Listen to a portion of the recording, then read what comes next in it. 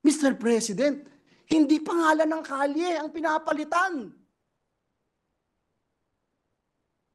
Kaluluwa ng bayan natin ang pinapalitan.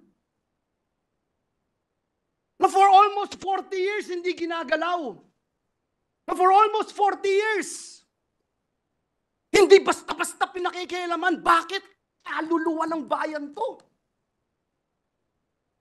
Now you see, with your own eyes, on television, now you hear the complaints of the people. And I will use and borrow the words of Senator Bato de la Rosa, yung mga nagdarahop, yung mga naghihikahos, mga nangangailangan ng tulong, nangangailangan ng ayuda ng gobyerno, umaasa sa tulong ng gobyerno, pagsasamantalahan natin.